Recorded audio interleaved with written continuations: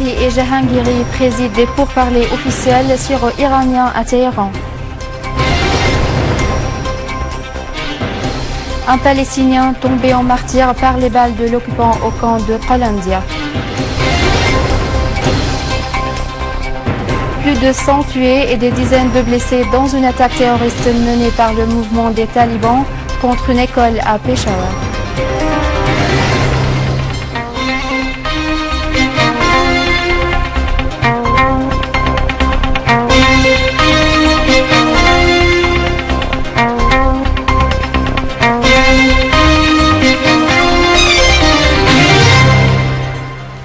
Mesdames et messieurs, bonsoir et merci de nous rejoindre. Une séance d'entretien officiel syro-iranien a eu lieu aujourd'hui à Téhéran. La séance a été présidée par le président du Conseil des ministres Al-Halaqi et le premier vice-président iranien Ishaq Jahangiri. Al-Halaqi a apprécié au nom de la Syrie les positions fermes de l'Iran vis-à-vis de la guerre universelle déclenchée contre la Syrie, l'Iran ayant allégé les répercussions du blocus économique injuste imposé à la Syrie ces dernières années. Al-Halaqi a appelé les hommes d'affaires iraniens à investir en Syrie, soulignant que ces entretiens visent à trouver de nouveaux mécanismes de travail pour renforcer la coordination entre les deux pays. Jahangiri a pour sa part affirmé que la Syrie fait l'objet d'un complot sioniste pour détruire la résistance dont la Syrie constitue la première ligne de défense. Le vice-ministre russe des Affaires étrangères Gennady Gatilov a affirmé qu'un dialogue intersyrien à Moscou, la fin du mois prochain, figure encore à l'ordre du jour de la Russie.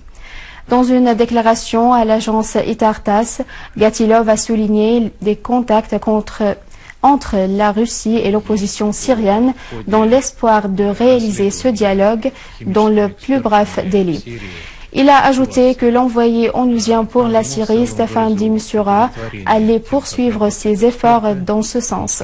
Affirmant le soutien de son pays à l'initiative de Mistura, Gatilov a fait noter que cette position pourrait constituer une plateforme pour le processus politique qui mènerait à la stabilité en Syrie et à l'amorce du dialogue.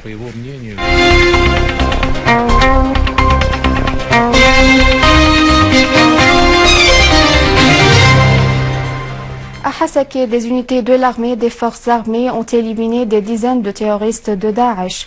L'organisme terroriste ne cesse de commettre des crimes et des massacres et d'imposer ses idéologies obscurantistes aux citoyens dans la banlieue du gouvernorat.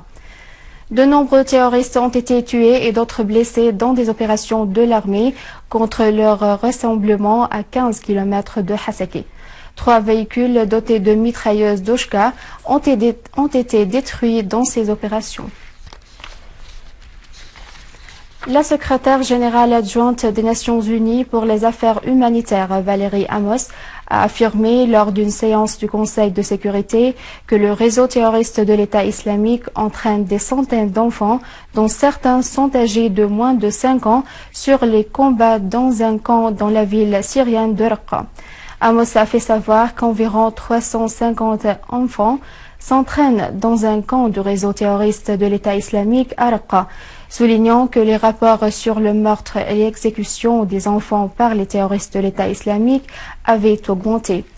Amos a ajouté que la population de la localité de Ain Arab, au nord de la Syrie, avait indiqué que les terroristes de l'État islamique avaient enlevé des fillettes pour les vendre à des fins sexuelles, les obliger à se marier des terroristes ou les vendre comme esclaves.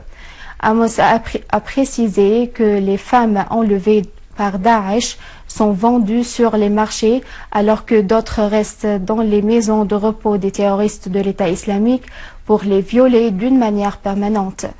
Amos a réclamé au Conseil de sécurité et à la communauté internationale de trouver un règlement politique de la crise en Syrie.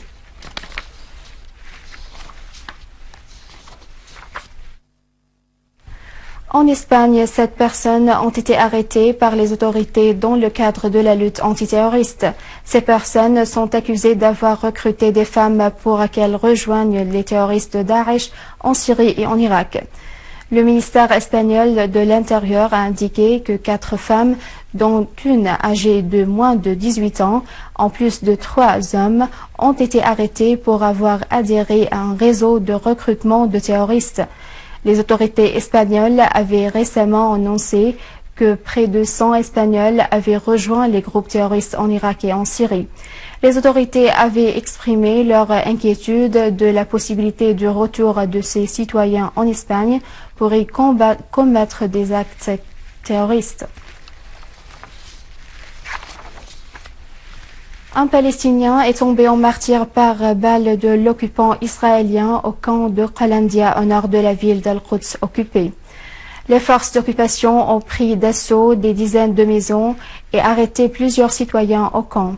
En outre, des dizaines de Palestiniens ont souffert des cas de suffocation alors que d'autres ont été arrêtés dans une agression sioniste similaire contre la zone de Safa à Beit Amir au nord de la ville de Khalil.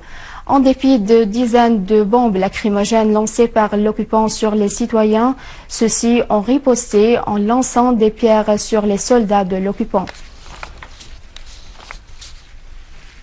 Plus de 100 Pakistanais ont péri alors que des dizaines d'autres ont été blessés dans une attaque terroriste revendiquée par le mouvement des talibans de Pakistan contre une école des enfants des militaires dans la ville de Peshawar au nord-ouest du pays. Des sources de sécurité pakistanaises ont indiqué que 5 ou 6 terroristes qui portaient l'uniforme militaire avaient pris d'assaut l'école officielle qui appartient à l'armée pakistanaise dans la ville de Peshawar et y avaient ouvert le feu pour tuer plus de 100 élèves et soldats et blesser 35 autres. Les sources ont indiqué que les terroristes séquestrent toujours environ 1000 personnes à l'école. La Commission nationale de l'UNESCO au ministère de l'Éducation a organisé, en collaboration avec le Bureau régional de l'UNESCO de l'éducation, un atelier de travail de 3 jours sur l'éducation médiatique. Les enfants en Syrie ne s'étaient pas mis à l'écart des attaques terroristes qui les visent dans leurs écoles et qui avaient fait de nombreux martyrs et blessés parmi eux. En outre, les médias hostiles ont tenté d'exploiter cette catégorie dans leur guerre contre la Syrie, ce qui implique aux concernés de mobiliser les efforts dans le but de traiter les phénomènes précités, selon le ministre de l'Éducation à l'ouverture de l'atelier de travail sur l'éducation médiatique. Nous estimons que l'éducation médiatique est la meilleure voie pour faire liaison entre la logique de l'éducation et celle de l'information, en améliorant les compétences des étudiants sur la lecture critique des émissions médiatiques, en développant leurs compétences de communication pour qu'ils deviennent un jour des producteurs de leurs propres émissions. Durant 4 années de la crise, nous avons beaucoup souffert des médias, de tromperies qui visent les Syriens. C'est pourquoi cet atelier de travail a été organisé en vue d'expliquer aux superviseurs les concepts de l'éducation médiatique, afin de les transmettre ensuite aux nouvelles générations. Le ministère de l'Éducation continue à appliquer son plan qu'il avait lancé en collaboration avec l'UNESCO en vue de diffuser le concept de l'éducation médiatique dans les écoles et de développer les compétences des enfants en leur orientant vers la lecture critique alors qu'ils regardent les émissions télévisées. Et à la fin de ce journal, je vous rappelle les principaux titres. Halaqi et Jahangiri président des pourparlers officiels syro-iraniens à Téhéran. Un Palestinien tombé en martyr par les balles de l'occupant au camp de Qalandia.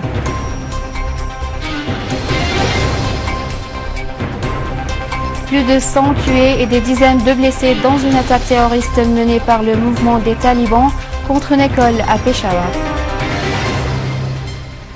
C'est la fin du journal, je vous remercie de l'avoir suivi. Je vous rappelle que vous pouvez consulter notre site internet syrienonline.sy pour revoir ce journal et davantage d'informations. Au revoir.